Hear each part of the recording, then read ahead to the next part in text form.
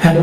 आज हम अपना जो आज का टॉपिक रहेगा वो रहेगा relation between algebra and SJF. दूसरा टॉपिक रहेगा रिलेशन को प्रूव करना और तीसरा टॉपिक रहेगा, थर्ड एंड लास्ट टॉपिक रहेगा हमारा वो रहेगा कि हमें पता लगाने के नंबर टर्मिनेट हो गया है नहीं होगा विदाउट एनी एक्चुअल रीजन। आइए अपनी वीडियो को स्टार्ट करते हैं।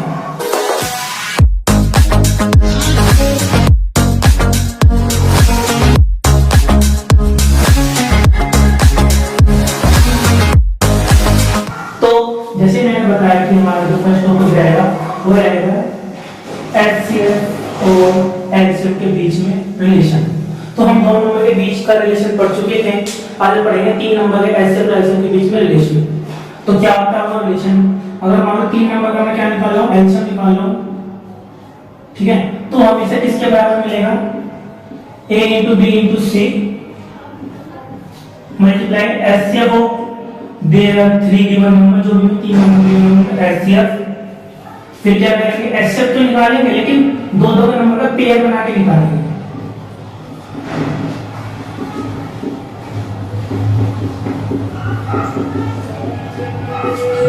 अगर हमें 3 नंबर का एचसीएफ निकालना तो बीच में क्या रिलेशन होता है, a upon b, so a upon b is of ab, LCM of bc and LCM of a common सी। एक्चुअली में बोर्ड में इनसे रिलेटेड कोई क्वेश्चन आ रहे हैं, जब आप इस कॉम्पिटिशन को तैयार कर रहे हैं तो आपको ये रिजल्ट याद होना चाहिए। आप इसका प्रूफ अपने यहाँ पे एग्जांपल लेके कर सकते हैं। तो आज हम दूसरे टॉपिक की तरफ बढ़ते हैं जो एग्जाम में बहुत जरूरी है। 4 नंबर का क्वेश्चन जरूर आता है, हर साल आता है, बोर्ड में भी, आपके प्री बोर्ड में भी, आपके यूटी में भी। वो क्या है कि आज हम देखेंगे, हमें पता है √2, √3, √5, √7 ये सब के सब इरेशनल नंबर है, लेकिन हम एक्चुअल में इसका प्रूफ करेंगे कि हम कैसे प्रूव कर सकते हैं कि ये इरेशनल हैं। तो वो देखेंगे। तो प्रूफ पे जाने से पहले कुछ बातें हमें पता होनी चाहिए कि जब हम इस नंबर को प्रूफ करेंगे तो हम कॉन्ट्रडिक्शन मेथड का इस्तेमाल करते हैं। किसका इस्तेमाल करते हैं? Contradiction method. कॉन्ट्रडिक्शन मेथड क्या होता है कि एक स्टेटमेंट अज्यूम करना, फिर उसी स्टेटमेंट को बाद में किसी रिजल्ट से या किसी सजेशन से उसी स्टेटमेंट को गलत प्रूफ कर देना, क्या होता है हमारा कॉन्ट्रडिक्शन मेथड। ये होता तो कॉन्ट्रडिक्शन मेथड से उसको प्रूफ करेंगे। हमें प्रूफ करना है इरेशनल है, तो सबसे पहले इसको उल्टा क्या हो जाएगा, हम मानेंगे ये इरेशनल है, फिर अपनी बात को कुछ ना कुछ करके बाद में प्रूफ करके नहीं, जो हमने माना वो इरेशनल नहीं है, तो अपना आप क्या बन जाएगा, इरेशनल। तो इस प्रकार से इसको प्रूफ करेगा। एग्जाम में prove that √2 is an irrational number. हमें प्रूफ करना होगा कि √2 कैसा नंबर होगा, इरेशनल नंबर होगा। तो सॉल्यूशन स्टार्ट करेंगे। हमने अज्यूम करा √2 कैसा नंबर है, हमने अज्यूम करा √2 इज अ रेशनल नंबर। हमें पता है ये बात गलत है, √2 इज अ रेशनल नंबर। और हमें पता जो भी रेशनल नंबर है उसको किसकी फॉर्म में लिखा जाता है, p / q में, जहां पर p और q क्या होते हैं, इंटीजर होते हैं। तो √2 = p / q where p and q are integer, q not equal to 0, q not equal to 0 इसलिए नहीं हो सकता कि अगर डिनोमिनेटर में हमारा 0 आ जाता है तो नंबर हमारा नॉट डिफाइंड हो जाता है, ठीक है। और मेन इंपॉर्टेंट बात जो इस क्वेश्चन का जो करेक्ट सॉल्यूशन है वो ये है where p and q are co-prime। ये सबसे बड़ी मेन पार्ट है इसका, मतलब एक तरह मेन कांसेप्ट है इसका प्रूफ करने के लिए। ये बहुत बड़ा है कांसेप्ट है, इसको प्रूफ करने के क्या where p and q are co-prime number. अब कोप्राइम नंबर क्या होते हैं? कोप्राइम नंबर हमारे वो नंबर होते हैं अगर मैं कोई भी दो नंबर का पेयर ले रहा हूं और उनका सिर्फ ओनली एंड ओनली 1 आ रहा है तो वो क्या होता है, कोप्राइम नंबर। जैसे कि 2 3 इनका एसेट निकालना 1 आएगा, 3 5 इनका एसेट निकालना 1 आएगा। तो कोप्राइम नंबर वो होते हैं जिनका एसेट सिर्फ 1 आना चाहिए और कोई दूसरा नंबर नहीं आना चाहिए। मतलब ऐसे दो नंबर जिनमें सिर्फ 1 ही कॉमन हो, 1 के अलावा कुछ कॉमन ना हो, वो हमारे कैसे नंबर होते हैं, कोप्राइम नंबर। तो लिखा √2 बराबर किसके, p / q के। फर्स्ट इक्वेशन माना इसको करेंगे स्क्वायरिंग बोथ साइड, SBH यानी कि स्क्वायरिंग बोथ साइड। √2 का स्क्वायर 2, p² / q² आ गया। क्रॉस मल्टीप्लाई करके q² बराबर क्या आ गया, p² / 2। यहां पर ये क्या इंप्लाइज कर रहा है कि 2 डिवाइड्स p² यानी कि 2 टू किसको डिवाइड कर रहा है, पी स्क्वायर को। तो हमने छोड़ा मैं बुक में कि अगर कोई नंबर किसी के स्क्वायर को डिवाइड कर रहा है तो नंबर उस नंबर को भी डिवाइड करेगा। आप इसको चेक कर सकते हो, जैसे कि 2 अगर 6 के स्क्वायर को डिवाइड कर रहे हैं तो 2 6 को भी डिवाइड करेगा। तो उसी थ्योरम को यहां पर अप्लाई कर रहे हैं। अगर 2 p स्क्वायर को डिवाइड करो, 2 किसको भी डिवाइड करेगा, p को भी डिवाइड करेगा, ठीक है। अगर p 2 से डिवाइड हो रहा है तो कुछ ना कुछ क्वोशिएंट आ रहा होगा, हम क्वोशिएंट को क्या मान लेते हैं, c मान लेते हैं, रिमाइंडर क्या रहेगा 0। तो यूक्लिड डिवीजन के अकॉर्डिंग हम लिखेंगे p बराबर 2 into c, क्योंकि रिमाइंडर 0 रहेगा।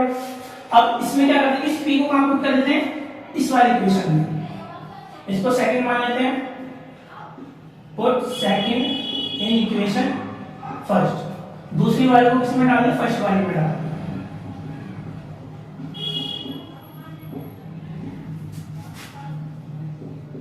स्क्वायर करा क्या है, 4c square upon 2, again cross multiply करा,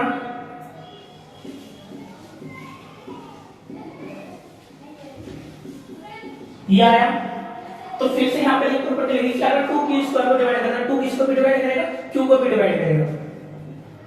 2 divides q, so this implies 2 divides q also। तो हम लिख सकते हैं q बराबर 2m, जहां पर m को ये इंटीजर होगा। आई होप आपको यहाँ तक अभी तक समझ में आया कि हम क्या कर रहे हैं, ठीक है। आप बोर्ड में करेंगे तो यहाँ तक आप नोट करिए, फिर हम आगे चलते हैं, ठीक है।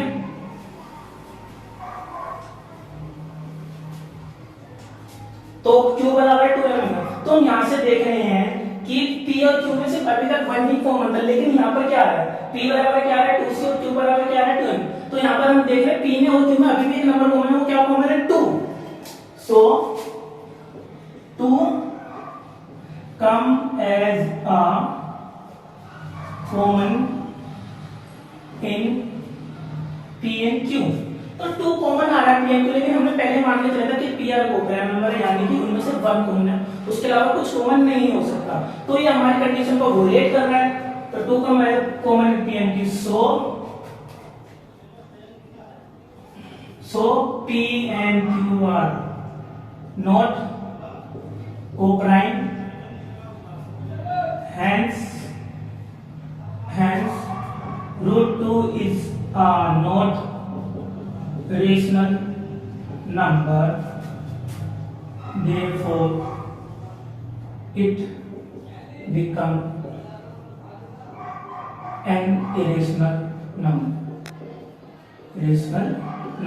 अब रूट 2 क्या है, रेशनल नंबर में, और कैसा नंबर है तो क्या होगा, इरेशनल। तो आपको होमवर्क में क्या ट्राई करना है, आपको ट्राई करना है कि रूट 3 को प्रूफ करना है, इरेशनल नंबर रूट 5 रूट 7, आप इसको ऐसे ट्राई कर सकते हो। आई होप आपको यहां तक समझ में आ रहा होगा। तो आज के थर्ड टॉपिक का आगे बढ़ने के लिए जब तक आप यहां पर नोट करिए, फिर हम आगे बढ़ते हैं। तो क्या है, इसको हम खाली क्वेश्चन से समझेंगे। जैसे कि मैंने नंबर ले लिए, ये मैंने 3 4 5 नंबर लिखे हैं। तो क्या करेंगे, हम चेक करेंगे हमें टर्मिनेटिंग होगा या, तो हम क्या करेंगे, हम सीधा फोकस करेंगे डिनोमिनेटर वाले पार्ट पे। इस पर फोकस करेंगे, डिनोमिनेटर वाले पार्ट पे क्या फोकस करेंगे, अगर हम डिनोमिनेटर के प्राइम फैक्टराइजेशन कर रहे हैं, सॉरी अगर डिनोमिनेटर में जो भी नंबर आ रहा है उसके हम क्या कर रहे हैं, प्राइम फैक्टराइजेशन कर रहे हैं। तो प्राइम फैक्टराइजेशन करते वक्त हमें 2 की पावर m into 5 की पावर m मिल जाए, या 2 की पावर m या 5 की पावर m मिल जाए, तो वो नंबर टर्मिनेटिंग होगा। लेकिन ध्यान रखिए, इनके अलावा अगर ध्यान रखना है, इनके अलावा अगर हमें कोई भी नंबर की पावर मिलती है तो वो नंबर टर्मिनेट नहीं होगा। इन क्वेश्चन को करते समय ये बात ध्यान रखनी है, नंबर को सबसे पहले हम सिंपलेस्ट फॉर्म में लिखेंगे, फिर डिनोमिनेटर का प्राइम फैक्टराइजेशन करेंगे, फिर चेक करेंगे नंबर टर्मिनेटिंग है या नहीं है।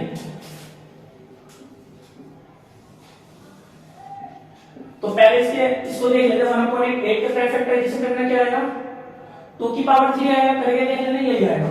तो ये नंबर टर्मिनेटिंग होगा, तो ये नंबर टर्मिनेटिंग होगा। अब हमें क्या करना है, एग्जाम में यही नहीं पूछा गया कि आंसर टर्मिनेट होगा या नहीं होगा, वो आप एक्चुअल में वैल्यू भी करवाते, लेकिन हम डिवाइड नहीं करेंगे। कैसे करेंगे, 2 की 5 की जितनी भी पावर बन गई, अगर यहाँ पर 2 की पावर 3, तो यहाँ पर 5 की पावर भी 3 बनाएंगे। यानी कहने का मतलब क्या है, जितनी पावर 2 की क्रिएट होगी उतनी पावर में 5 की क्रिएट करनी होगी, मतलब पावर हमसे क्या होगी, सेम।